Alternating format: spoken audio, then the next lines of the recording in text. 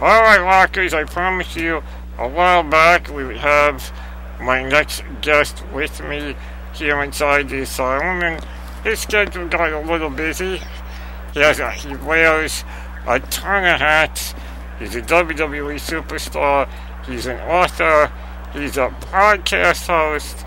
And more importantly, he's the singer of Fozzy, none other than the Ayatollah of rock and roller, Chris Jericho, joining me on the phone now inside the asylum. Hey, what's going on, man? Thanks for having me on. Hey, man, thank you for taking the time out to call and check in. And sorry we weren't able to do it sooner, but I know you were busy getting back into the WWE thing before getting ready to head back out again with Fozzy. Yeah, we happened to have, we were going to do Uproar this year, and then it kind of fell through. There's stuff that happened that didn't work out. So we found ourselves with the summer off. So it was a good time to go back to the WWE. I started, I think, July 1st, and then finish up November 20th or 21st in Nashville. And right before that, we started the tour with Theory of a Dead Man on September 17th up in Phoenix. So, yeah, man, we're back on the road again, which is great. Getting ready to support If You Want to Start a War, which has just been huge for us already. And obviously going on the road and kind of playing those songs live is something that we're very much looking forward to at this point. Very cool, man. I'm glad to hear, things worked out, that you guys were able to get a full tour going. You guys would have killed on Uproar, no ifs, ands, or buts. But I think maybe it gave everyone kind of time over the summer to maybe sit and digest the new album and, give everyone a chance maybe to pick out their favorites. And, how are you feeling now that the album's been out for some time now? Well, I mean, yeah, it was cool because we still had a few shows. We played a handful of radio festivals, El Paso and Syracuse, and we have one this Saturday in Janesville, Wisconsin, outside of Madison. And then we played a show at the Whiskey in LA. We filmed a video out there, which is going to be coming out in a few months, probably, or maybe a month, whenever this comes out. So we're doing a lot of band stuff, a lot of press, obviously a lot of promotion, and a lot of in-store signings as well. That's one good thing about me being in the WWE. Every city that I go to, we're kind of arranging in-stores to keep the ball rolling on that end. But, I mean, when you do a new record and you spend all the time on writing and recording it, mixing, mastering, and promoting it, and we knew how good the record was and how special it was, but still, you always hope that other people feel the same way. And when the record came out and went to number 54 in the Billboard charts, and Lights Go Out went top 30 on Active Rock Radio, it's just really, really cool to see the band continue to grow, continue to get bigger as we put each record out. And like I said, we knew that this record was our best, and review-wise and sales-wise, it's been nothing but just huge and positive all the way across the board.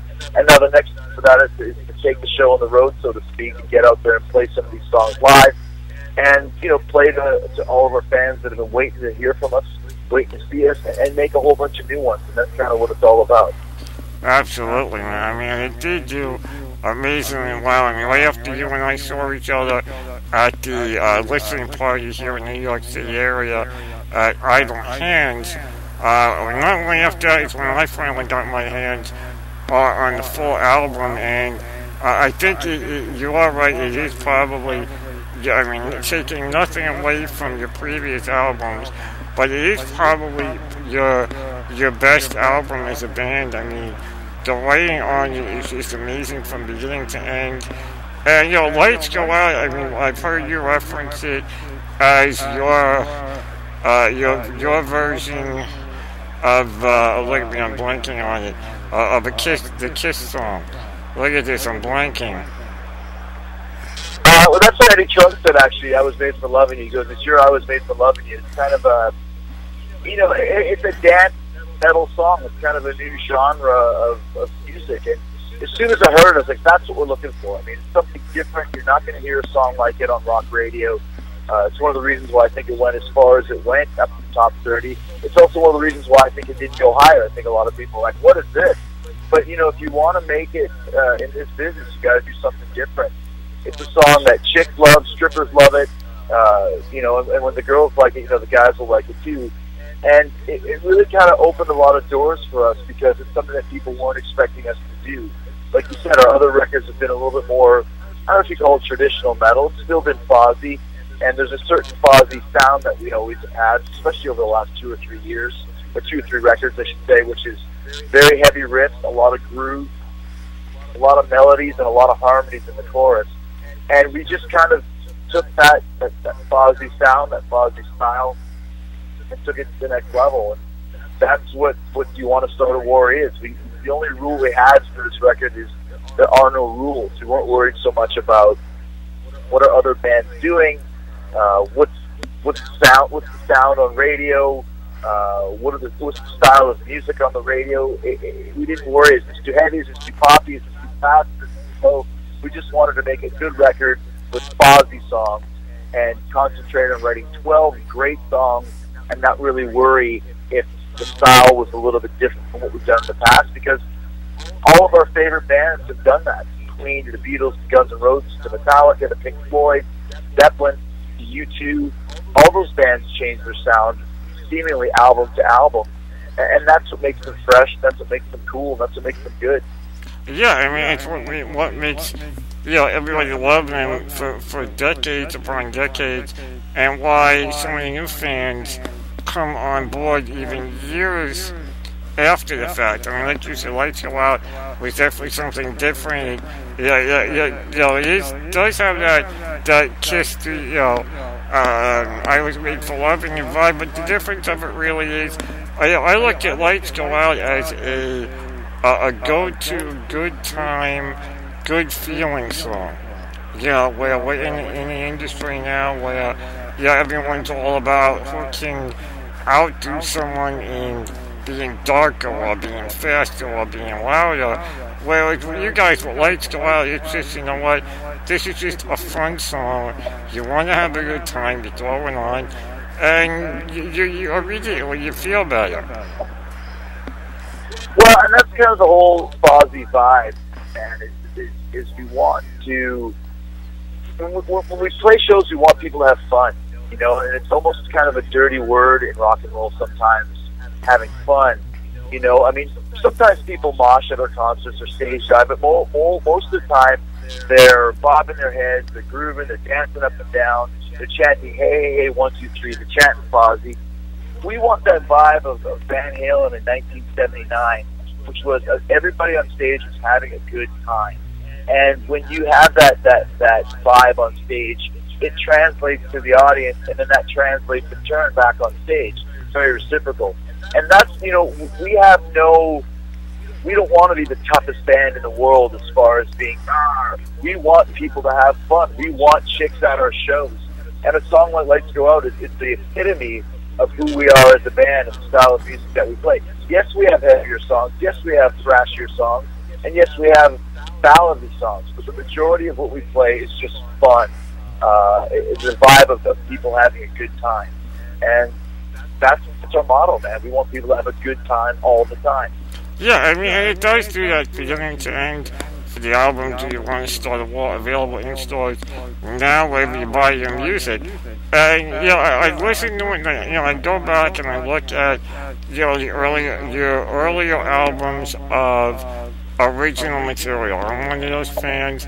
I didn't get to tell you, Chris, when we spoke at Idle Hands, but I was one of those fans that was a little hesitant of when you guys first started, because it was mainly covers that you guys did.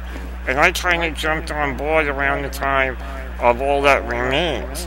And I find that with the new album, you guys kind of hit more along the lines of an All That Remains, and even Chasing the Grail. Sin and Bones was a good album, but to me it was a bit too dark for what you guys have been doing. And when we heard Do You Want to Start a War, and it was just like, this is the Fozzy that everyone's come to know and love over the years. Not to say Sin and Bones was a bad album, but when I listened to Do You Want to Start a War, I mean, Bad Tattoo Lights Go Out, No Good Way are just just three songs that jumped out at me right away on this album. Well, I mean, you are right about that. I mean, Sin and Bones is a darker album, and that's by design. When we were doing press for that record, I said it was our black album, and what I meant by that was all the songs on Sin and Bones have a similar vibe. It is a darker record. I mean, if you go from the opening track of Spider, Sandpaper, Blood Happens, Past Life, there's a lot of dark stuff on there. Sin and Bones, Dark Passenger, Storm the Beaches. I mean, almost every song, with the exception of maybe She's My Addiction. That's the one that's not as dark. But like I said, that was by design. This record, we wanted to change that. We wanted to do... I don't know if we wanted to do a more uplifting record, but when Lights Go Out was the first song that was demoed and recorded, that's the vibe that we wanted. We wanted to change this into more of, like I said, a dancier, poppier, more of a fun type of vibe. And even if you're looking at the title track, If You Want to Start a War, that's not a war like Storm the Beaches type war with bombs and guns and bullets. The song You Want to Start a War is written in the perspective of start a war with things that are dragging you down, start a war with things that are pissing you off, start a war with things that are holding you back, and win that war. Kind of a war within yourself that you can do anything you want to do if you start a war with the bad influences and beat them.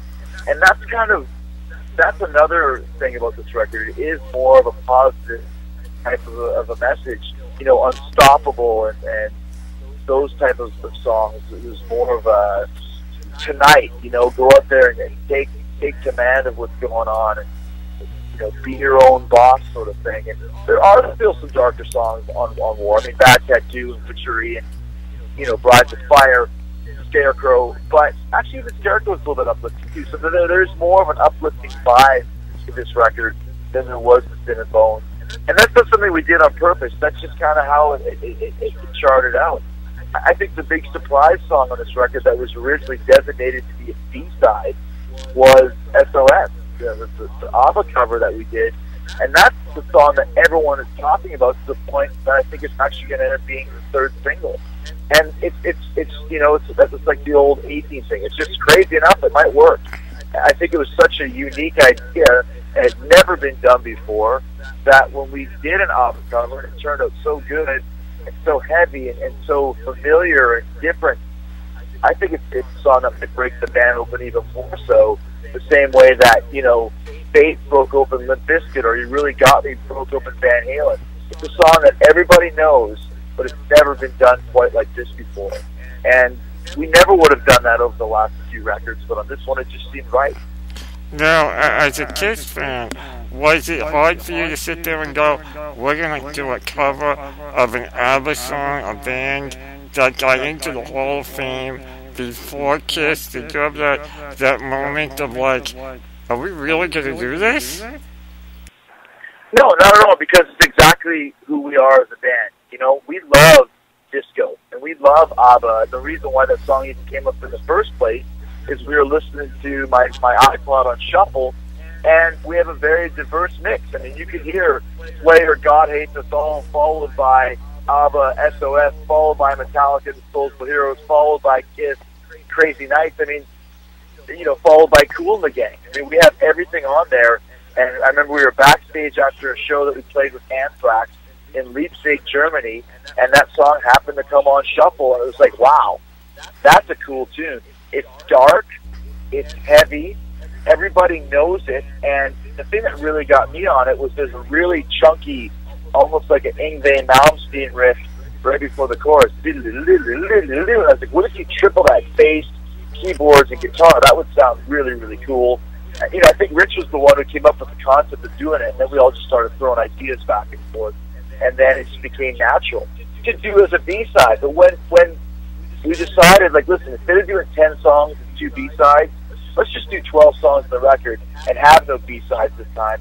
Because last record we had a couple of great songs that didn't make the cut, that were B-sides, but nobody ever heard. These Bowels was one of them. Damned was the other one. So we thought, instead of spending time on these great songs that no one's going to hear, let's just put them all on the record. And that's when it was like, SOS is just as good as anything else on this record. I sang it great, the vibe is great, the playing is great. It fits, it's on, done. And as soon as we did that, it's even funny because our record company, Century Media, on the German side, did not want that song on the record. They're like, we're not releasing this song. You're not going to do an ABBA cover on our record. And we were like, the fuck we aren't. And then they kind of came back and said, listen, the only reason why we're going to let this song be on the record is we can't stop humming it. We can't stop singing it. It's just so catchy. Like, see, that's why it's on there. And we're not the first metal band to cover an ABBA song. Yngwie Malmsteen did it, Halloween did it, and now Fozzy did it. So there are other bands that have realized that ABBA, kind of disco, kind of 70s, but the melodies and the hooks are unforgettable. And that's what a great rock song is. You can add double bass and a thrashing guitar, or you can add a ska arrangement, you can add a salsa arrangement, you can add a disco arrangement. It doesn't matter. If the chorus is catchy and has a hook to it, it could be Slayer or it could be, Casey and the Sunshine Band. It doesn't matter. A good song is a good song, end of story. Yeah, you're 100% right. I mean, I've said that for years. Good tunes are good tunes, no matter what it is you listen to. If it gets you through the day and through your rough times, who cares what it is? And I think there's too much nowadays on what music is the better form of music, and who really should and shouldn't be getting airplay. There's tons of great music out there, and I think as soon as everyone starts putting their little bullshit aside, everyone will realize, there's real talent out there on so many levels. Yeah, well, I mean, like you said, that's why we do these type of things. It's a challenge, it's different, it's unique, and when you get to this level, we're playing in the big leagues with Metallica and Avenged Sevenfold and Shinedown and Slayer and Theory of a Dead Man and all these bands that we've toured with over the last couple of years and are about to tour with. If we don't try something different, we're fucked. You cannot make it in show business without doing something different. We're not following anybody. We're going to sink or swim our own way. We're going to do things our way, and we're going to make it happen our way. And that's why we take chances by doing stuff like this. And it pays off because people dig it. Absolutely, man. It might take What's that? Yeah, no, I mean, you're 100% right, because you gotta take those risks. And, you bring up those risks, and I want to get your take on something that has been going around the media within the last couple of days, being that you guys as Fozzy, I mean, granted, you guys are 4 albums in of original material, not counting the early albums, but compared to some of the other bands, you guys are still young as a band in the world of rock and metal. What's your take on what Gene Simmons has said recently about rock being murdered compared to years ago? Well, I mean, I understand the point Gene is making. I mean, there's always going to be new bands that come in, but it's harder and harder for bands to make it because the way that the record business is now, before, and it's been like this for a while, before, take any band, take Metallica. First record did okay, kind of caused a little bit of a stir, but, it was what it was. Second record, now you got something. Third record, the band breaks through. Look at Kiss. It took them till Alive before they really started breaking through. Another 3 records. It takes a band 2, 3, 4 records for people to really start knowing who they are and start getting into them. Problem is, there's not any money to support those bands now. Whereas before, a record company, if they believed in a band, would give you 3 or 4 records, would put a lot of money into it, and that's what you need. Any band needs someone to believe in them, to put money into it. Now you don't have that. Bands have to go out and they're scratching and surviving right off the bat. I mean, when we go on tour, we have to be very smart about how we do things, or we don't make any money. And you don't make money off of really records anymore. That's more of a promotional tool. So you got to go on the road. You got to do a bus share. You got to do the best you can to get as many fans as you can in a quick period of time, or you could be dead. And that's, I think, what Gene was talking about when he meant rock and roll is dead. Because it's the same, you know, I think rock and roll is always in the underground. Country music and rap music is almost the new rock now, because those are the bands that are popular. Electric dance music with you know, DJs, David Guetta and Skrillex, those type of guys are the real rock stars. Actual rock bands, it's harder and harder to break through. You still can break through. If you look at Avenged Sevenfold, for example, but even they just went gold with their new record, Hail to the King, and they're one of the biggest bands in the world, but record sales don't show that. Now, live tickets do, but record sales don't. And that's what Gene was talking about. It's a harder road now. It's not like it was in the 70s or 80s, and it never will be again. So it's a lot more difficult now. Hey, man, I'm working here tonight. I'm trying to. Good, thanks. Sounds good. I'm just pulling into the arena here so you get the real behind-the-scenes Chris Jericho experience. Cool, man. You got another big one tonight. That match last night, everyone's still talking about you with that shrugging of your shoulders as if to say, screw it, and then diving off. Yeah, that's actually a pretty cool moment, man. I really I enjoyed that match. It was a blast. It's one of the best matches I've had since I've been back on this run, and I've had some good ones. And I haven't done a cage jump since 1993, so it's been 21 years since the last one. Probably be 23 years until the next one. So when I'm 64, I'll book another cage match and get the job done again. But I think just the setup of it, and it's funny, everyone's talking about the shrug, and that's my attitude, man. You get up there and you're like, fuck it, here we go. And people really enjoyed that, and I did as well. So it was a really cool moment, something that I won't forget for a long time. And I'm glad people dug it as well. Absolutely, man. As soon as I saw you at a big match last night, I tuned in. I wasn't gonna miss it, and I also have not missed many of your podcasts. Talk is Jericho. I'm very envious that you got to interview Ace Frehley. He's on my list. So I'm envious that you were able to sit and talk to him, but that was a great interview, and you're loving Talking Jericho, aren't you? Yeah, I'm having a blast, man. I'm having a really good time with that show, and it's been a good time, you know. And I get a chance to talk to guys like Ace Frehley, who I'm big fans of. I get to talk to guys that have been friends for years, like Triple H, but never really get a chance to talk to people for that long.